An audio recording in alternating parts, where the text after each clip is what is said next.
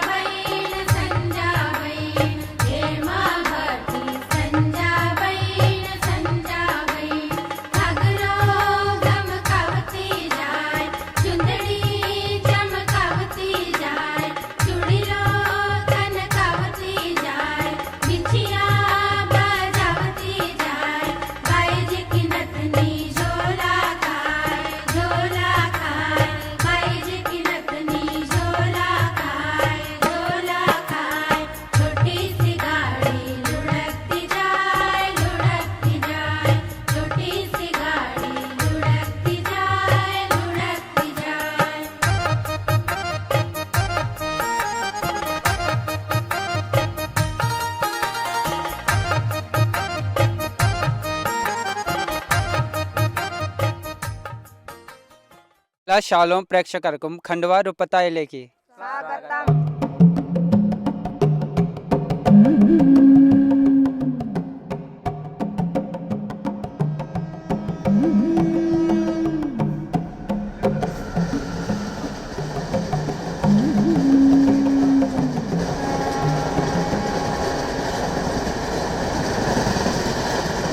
മധ്യപ്രദേശിലെ ഖണ്ഡ്വ രൂപതയിലെ മിഷൻ പ്രവർത്തനങ്ങളെ അടുത്തറിഞ്ഞുകൊണ്ടുള്ള യാത്ര തുടരുകയാണ്.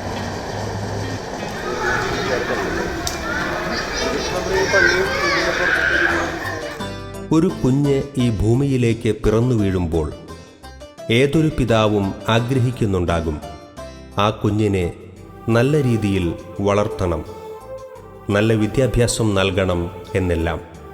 ഈ ലോകം മുഴുവനുമുള്ള മനുഷ്യർ ദൈവപിതാവിൻ്റെ മക്കളാണ്. തൻ്റെ മക്കൾക്കെല്ലാം നല്ല വിദ്യാഭ്യാസവും നല്ല ആരോഗ്യവും മികച്ച ജീവിത സാഹചര്യങ്ങളും ഉണ്ടാകണമെന്ന് ആ നല്ല പിതാവും ആഗ്രഹിക്കുന്നുണ്ട്. എന്നാൽ അത് നടപ്പിലാക്കാൻ ആ പിതാവിനെ സഹായിക്കാനുള്ളത് സമർപ്പിതരായ സിസ്റ്റേഴ്സും വൈദികരുമാണ്.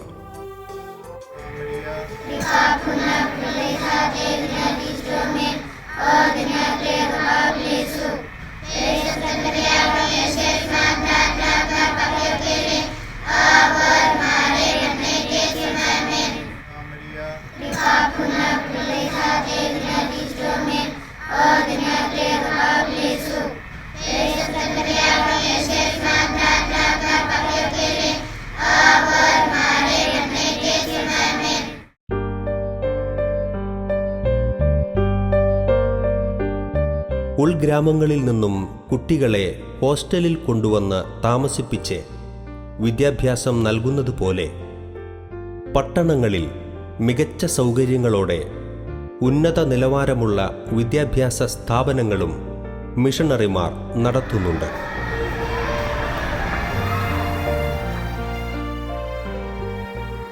ഖർഗോൺ ജില്ലയിലെ ഏറ്റവും മികച്ച സ്കൂളായ സെന്റ് ജൂഡ്സ് ഹയർ സെക്കൻഡറി സ്കൂളാണ് ഇത്.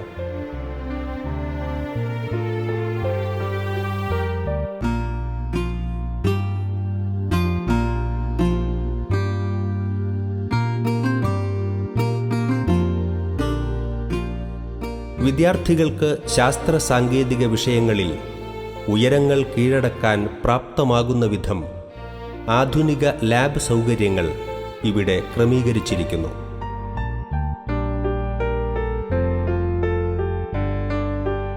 ഉയർന്ന യോഗ്യതയും അനുഭവ സമ്പത്തുമുള്ള അധ്യാപകരുടെ ആത്മാർത്ഥമായ സേവനം കൂടിയാകുമ്പോൾ ദേശീയ അന്തർദേശീയ തലങ്ങളിൽ ശ്രദ്ധേയമായ വിജയങ്ങൾ നേടാൻ ഈ വിദ്യാർത്ഥികൾക്ക് സാധിക്കുന്നു. അങ്ങനെ ഉയർന്ന പഠന നിലവാരത്തോടെ രാജ്യത്തിനും സമൂഹത്തിനും ഇവർ അഭിമാനമായി മാറുന്നു. ഇത്തരത്തിൽ ശാസ്ത്ര സാങ്കേതിക രംഗത്ത് നിരവധി പ്രതിഭകളെ വളർത്തിയെടുത്ത ചരിത്രം മിഷൻ പ്രവർത്തനത്തിൻ്റെ പശ്ചാത്തലങ്ങളിൽ ഉണ്ട്. പിന്നീട് ആർച്ച് ബിഷപ്പ് ഡോക്ടർ എ.എസ്. ദുരൈരാജ് പങ്കെടുക്കുന്ന ഒരു ചടങ്ങ് ചിത്രീകരിക്കാനാണ് ഞങ്ങൾ പോയത്. ഖണ്ഡ്വയിലെ സെയിൻറ്റ് ഫ്രാൻസിസ് കോൺവെന്റ് സ്കൂളിലെ സയൻസ് എക്സിബിഷന്റെ ഉദ്ഘാടന ചടങ്ങാണ് ഇവിടെ നടക്കുന്നത്.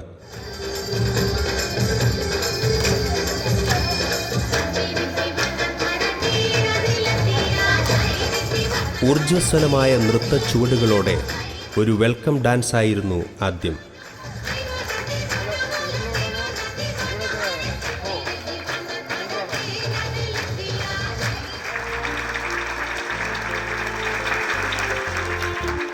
പിന്നീട് ഔപചാരികമായ പ്രസംഗങ്ങൾ.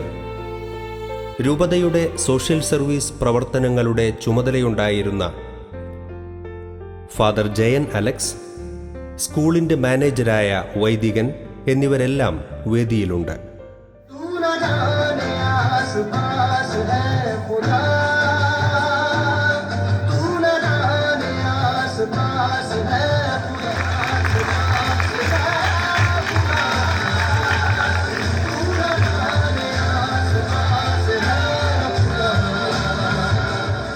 അതിനുശേഷം റിബൺ മുറിച്ച് എക്സിബിഷന്റെ ഉദ്ഘാടനം നിർവഹിച്ച ആർച്ച് ബിഷപ്പ് ഒട്ടും തിടുക്കം കൂട്ടാതെ കുട്ടികളുടെ ശാസ്ത്ര സാങ്കേതികവും കരകൗശലപരവുമായ സൃഷ്ടികൾ അണിനിരത്തിയുള്ള പ്രദർശനം കുറേ സമയം നടന്നു കാണുന്നതിനായി സമയം ചെലവഴിച്ചു.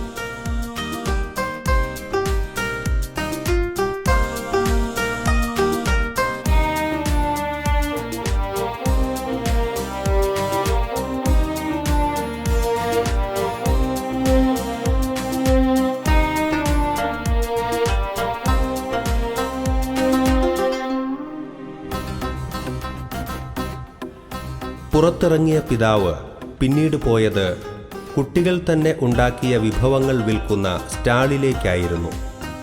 കുട്ടികളെല്ലാം ഒരു ഉത്സവത്തിമിർപ്പിലാണ്. അച്ചടക്കത്തോടെ പഠന വിഷയങ്ങളിൽ മാത്രം ശ്രദ്ധിച്ചിരുന്ന സ്കൂൾ ഇന്ന് കുട്ടികളുടെ ആവേശം കൊണ്ട് ശബ്ദമുഖരിതമാണ്. അവർക്കിത് ഒരു ഉത്സവം തന്നെയാണ്. പിതാവ് അവരിൽ നിന്നും ചില വിഭവങ്ങൾ വാങ്ങിക്കുകയും അത് രുചിച്ചു നോക്കി അഭിനന്ദിക്കുകയും അതിൻ്റെ വില നൽകുകയും ചെയ്യുന്നുണ്ട്.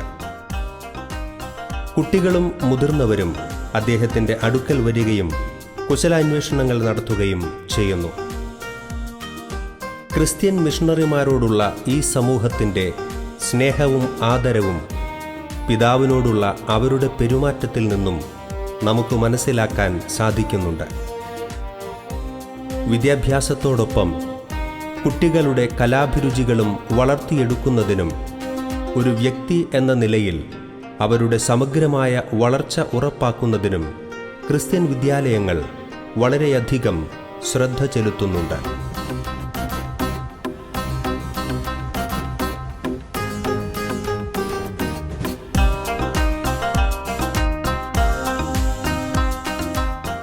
പിന്നീട് ഞങ്ങൾ പോയത് സനാവത് എന്ന സ്ഥലത്തെ സെയിൻറ്റ് ജോസഫ് കുഷ്ഠരോഗ ആശുപത്രിയിലേക്കാണ്. Sisters of saint Joseph of saint Mark എന്ന സന്യാസിനി സമൂഹത്തിലെ ബഹുമാനപ്പെട്ട സിസ്റ്റേഴ്സാണ് ഈ ആതുരാലയം നടത്തുന്നത്.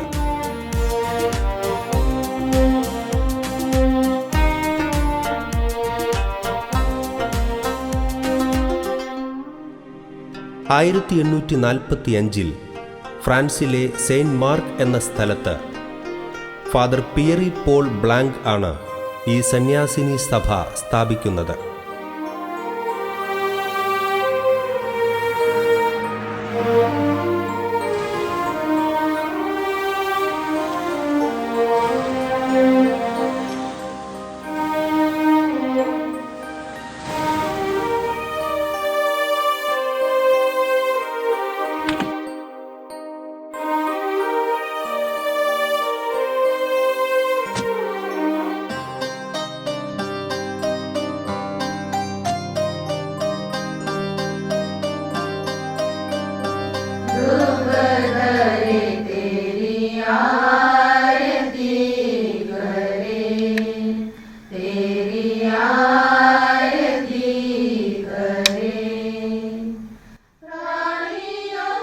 ദിവ്യകാരുണ്യ ആരാധനയും സാമൂഹ്യ സേവനവുമാണ് ഈ സഭയുടെ പ്രവർത്തന ശൈലി.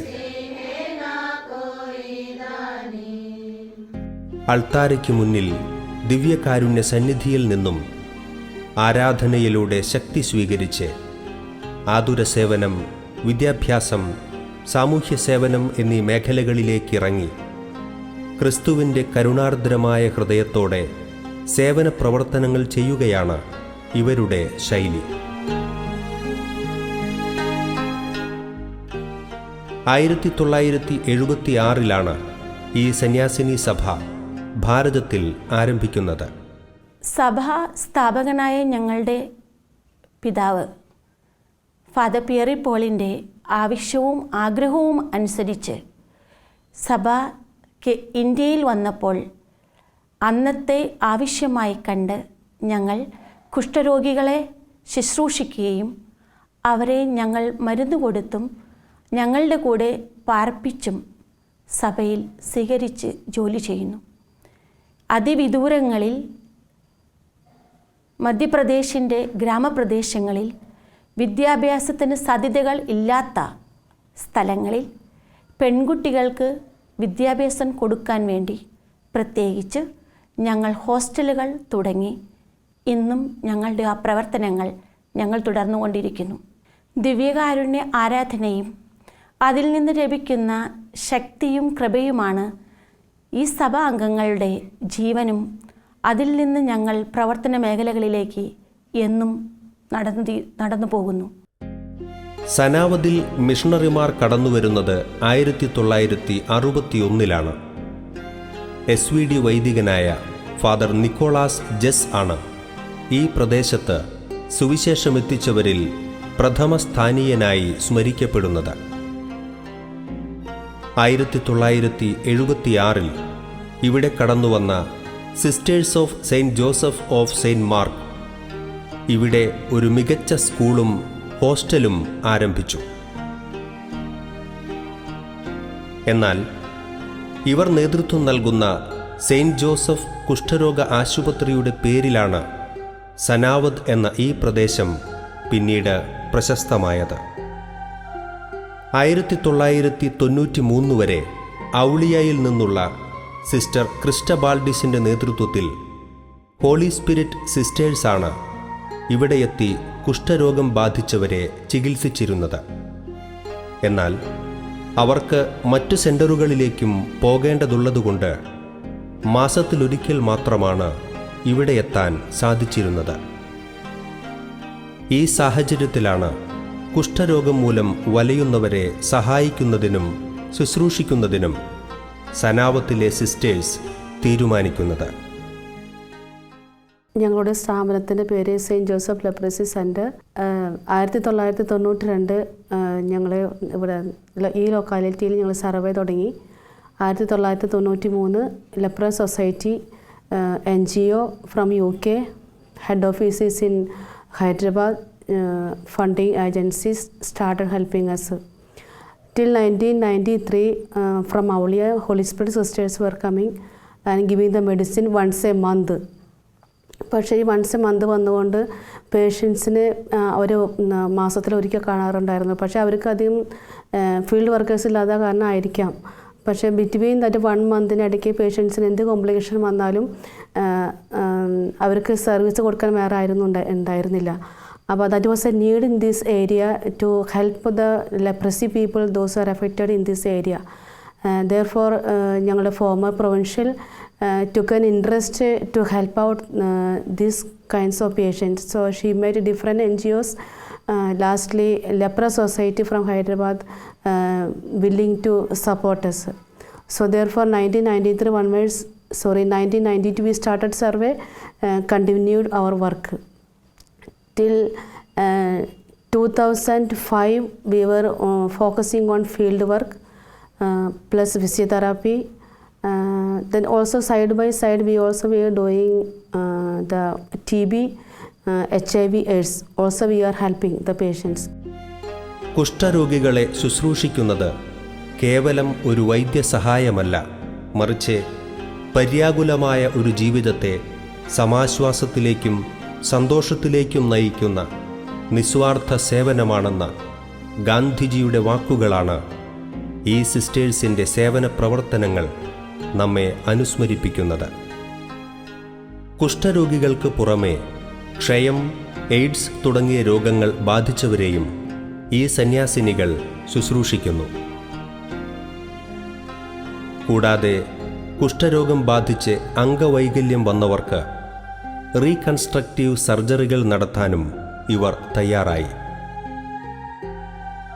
അന്ന് മധ്യേന്ത്യയിൽ ഈ ആശുപത്രിയിൽ മാത്രമേ അത്തരം ശസ്ത്രക്രിയാ സൗകര്യങ്ങൾ ഉണ്ടായിരുന്നുള്ളൂ. 2005 we started reconstructive surgery. അതായത് ലെപ്രസി പേഷ്യൻസിന് പല വിധത്തിലുള്ള ഡിഫോമിറ്റി കിട്ടാൻ വഴിയുണ്ട്. കണ്ണ്, രണ്ടാമത്തെ ഡിഫോമിറ്റി കൈയിന്, മൂന്നാമത്തെ ഡിഫോമിറ്റി കാലിന്. Though patients was cured from the disease of leprosy. പക്ഷേ ഡിസബിലിറ്റി ഒരിക്കലും ക്യൂർ ചെയ്യാൻ പറ്റില്ലായിരുന്നു മെഡിസിൻ കൊണ്ട്. But that was a need to start 2005 reconstructive surgery. So our NGO again we requested for this start reconstructive surgery. Therefore they started funding for surgery.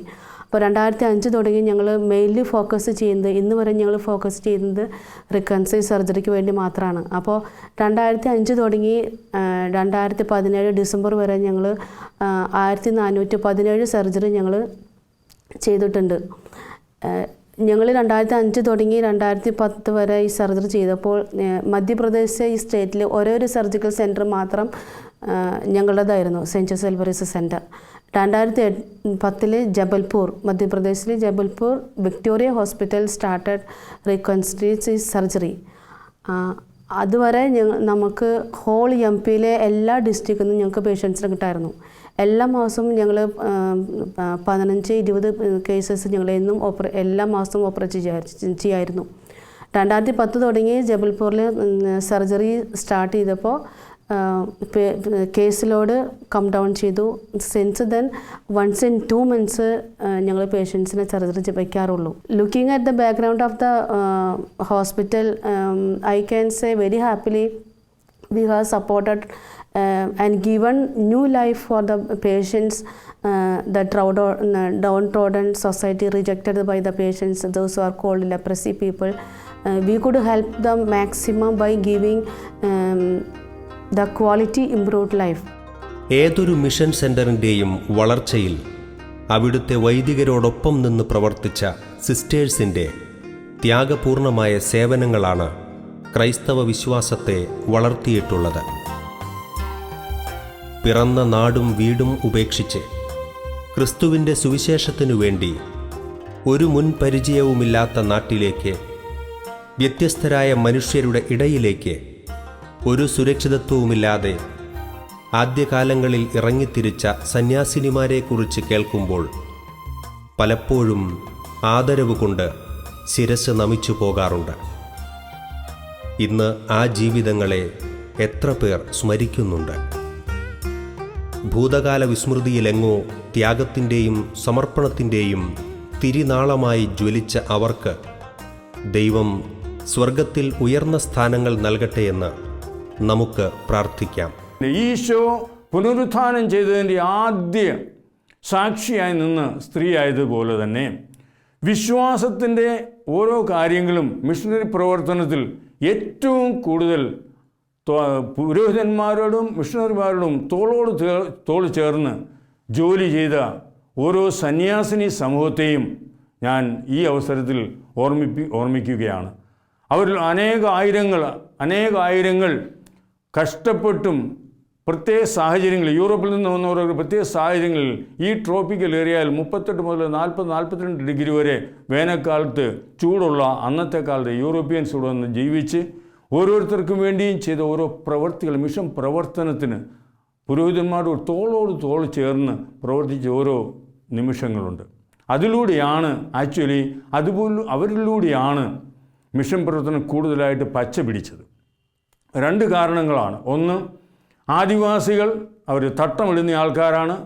അവർ ഒരിക്കലും പുറത്തുനിന്നുള്ള ആണുങ്ങളോട്, പുരുഷന്മാരോട് സംസാരിക്കുകയില്ല. അപ്പോൾ അങ്ങനെയുള്ളവരോട് സംസാരിക്കുന്നതിന്, സ്ത്രീകളോട് സംസാരിക്കുന്നതിന് വേണ്ടി അന്നത്തെ പുരോഹിത ശ്രേഷ്ഠന്മാർ ഫാദർ ഊൾണർ ബാവ, ഫാദർ അൽവാരസ്, അതുപോലുള്ള പുരോഹിതന്മാർ അവരെയും കൂട്ടിക്കൊണ്ടു പോകുമായിരുന്നു. അവർ നേരെ ആദിവാസികളുടെ കുടുംബങ്ങളിലേക്ക് വീടുകളിൽ പ്രവേശിക്കാം, അവരുടെ അടുക്കളയിലിരുന്ന് ആദിവാസി പെണ്ണുങ്ങളോട് സംസാരിക്കുക, അവരെ സശക്തീകരിക്കുക, അവരെ ഓരോന്ന് പഠിപ്പിച്ചു കൊടുക്കുക. അങ്ങനെയാണ് ഓരോ മിഷൻ പ്രവർത്തനത്തിൻ്റെ ആരംഭകാലം.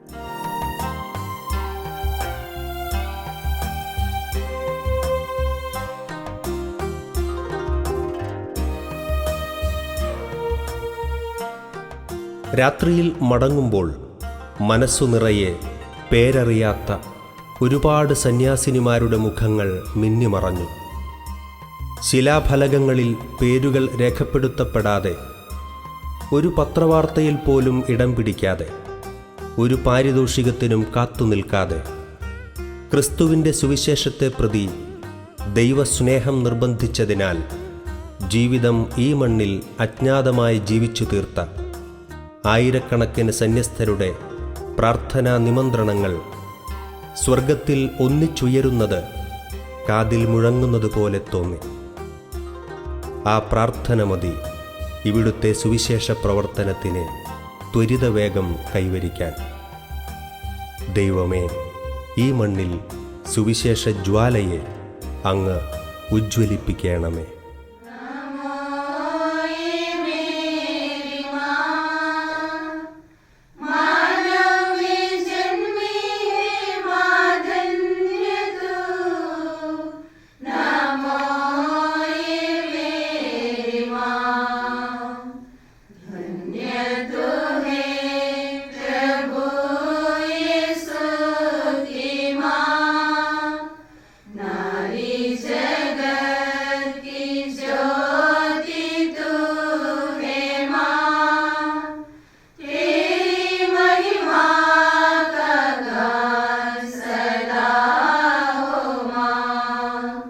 Now